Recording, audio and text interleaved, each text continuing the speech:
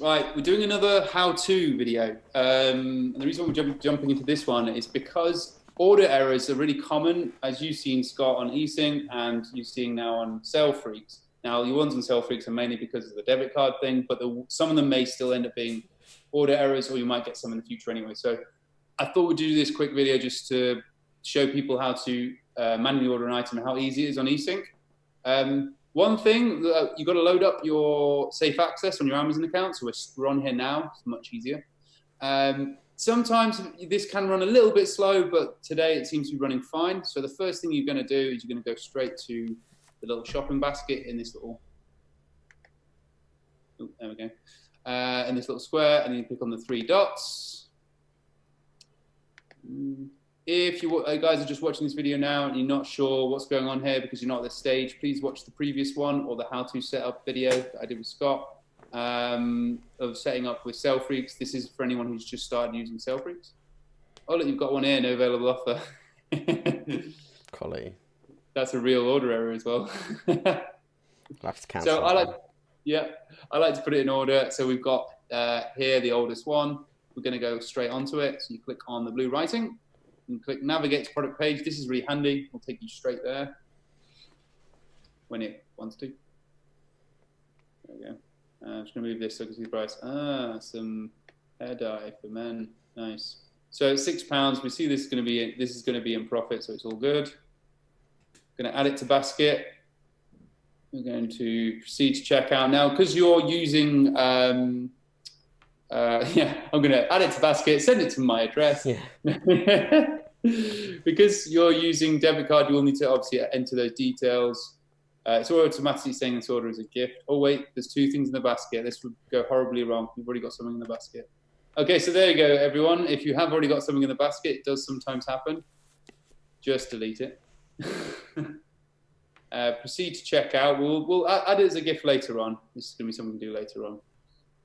We're in this screen now, so we're going to show you the full process for auto order and manual order. Now, I have noticed already you have got this automatically set on your Amazon account. Yeah, it's annoying. What I advise you do, Scott, because I've only just noticed this, is delete your main address. Delete that one, and the reason why you don't, that's not mine. All right. Oh, okay. Well, it seems to be defaulting for some reason to this one, but it doesn't matter. It doesn't matter. A manual order can still do it this way. A lot of you won't see the screen that you saw just then that Scott had, where it goes straight to the order. A lot of you will just see this screen first. So just in case anyone gets confused, you may see this screen first. If you don't, and the order is going to another address, do not continue the order. You need to click change address, and you have to see this part of the process. Otherwise, you've gone too far and you might be sending the order to someone else. So I just want to make that clear to you as well, Scott, just in case you do that. Rewatch this video. Yeah, I will. Yeah. So you click, all you do now, what's nice about it, we used to click like add address down here. So normally you go down here and you click add address, That's which you can do. But you can actually just click place shipping address and it will press that for you. Just got to wait a few seconds and it will just paste all their address details onto it. That is so good. It's handy as hell. It took me about 3 hours on easync to do about 15 orders. Yeah, and then I told you about that thing with the rocket, and you're like, yeah. I was like, I've done it now. Thanks for that. Yeah, you see that? Look, it's pasted. Wow. That's all good. Now click use this address. We've got manual orders coming up as well, Scott, in the video series. I know they're based on easync, but we do give tips that are general to like ordering on Amazon anyway, so I do advise you to watch it, and anyone who's watching this, please watch those because there's things that we'll say in that we won't be saying in this. Right, so you've done that, you've added the address. Obviously this process is really quick when I'm not talking. You have to add the gift options. You need to untick include a gift message because it will say from whoever's name is on this Amazon account and say here's your gift. Bit weird. It's like your gift from Scott. Like, oops. So, and then you click here, and it's really important you click this because otherwise the prices won't be hidden. And some items, mate, you will find that there'll be no gift option. And my advice is to still send it because if they ask questions, you can just say that is the price I paid, which isn't a lie. It is the price you paid. But obviously, you then sold it to them. So you can just say that is the receipt, that is my receipt, and it's just accidentally been included, or it's just been included in the parcel. I apologize. If they push even further, then it's up to you what customer service you can do. You can always see what replies we give, by the way, in that shared Google Drive. I'm sure it's in there. Otherwise, I could just ask my VAs. They'll give you a response. They've got a response for everything. You've got more responses than I can think of. They're that good now. Anyway, you've always got to click this, untick that one, save gift options, and continue. And then you're going to go click buy now. So can you not set that default, the gift? Can you not send them all as gifts? You can do it at the start of the process, but no, unfortunately not. On manual ordering, you have to do that. Okay, so it's just manual ordering. When you're auto ordering, it always sends as gifts. Yes, that's correct. It'll always send as a gift option auto ordering. Now, when you're doing it manually, you can do that gift thing at the start, but the reason why I don't click this order as a gift before you even click proceed to checkout is because it automatically includes the gift note, and you'll forget. You'll just send it, and it'll say from your name, here's your gift. And I just think it's better to do it this way. Then you just click buy now. Now, you had a good, it's gone through, so you remembered your card details. That's brilliant. So sometimes it doesn't always ask you, which is handy on this video. You don't have to hide any more details. Yeah. So what you do now, and I remember, Scott, you asked me earlier, well, what happens if I order the items and, does it show on the software? Like with easync, does it show? And the answer is, luckily for us, on SALEFREAKS, it does. SALEFREAKS actually does link its Amazon accounts to its software properly. It's very rare that it doesn't. If it ever does have a brain fart, you'll know. And the reason why you'll know is because you'll see your profits on your order page, and you'll see one order has like £20 profit, and you think, that looks like a £20 item, no way. And it's because the details didn't quite match up, but it thinks it's sold it for the entire price, and there's no cost to it. And it says the cost is 0. And it's very rare that happens. I know I'm saying something you haven't seen yet, but like I'm just saying. So you're going to copy the order number.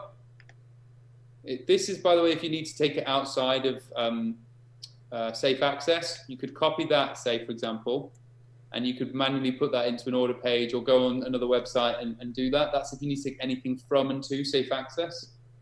This is like a little clipboard thing. Anyway, you go straight onto here, Amazon order ID.